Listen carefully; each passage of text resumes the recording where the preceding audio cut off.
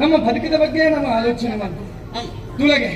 ಹುಟ್ಟುನಗ ಜಂತುವಾದೇ ಒಂದು ಮನುಷ್ಯ ಹುಟ್ಟುವಿಗೆ ఆయన పక్క బతుకున్న నీతి అంచ పైకి కూడా ఆయన ರೀತಿ ಅಂಚ ನಿನಗೆ ಮಾತು ತಿಳಿದು ಸಂಸ್ಕಾರವಂತರಾದ ಬದುಕಿನ ಕಲ್ಪನೆಗ ఆయన ಮನುಷ್ಯ ಇಲ್ಲ ಅದ ಮನುಷ್ಯನ ತತ್ವ ಏತ ಕಲ್ತದಾನೆ ಅವು ಮುಖ್ಯ ಬೋಳು ಮನುಷ್ಯ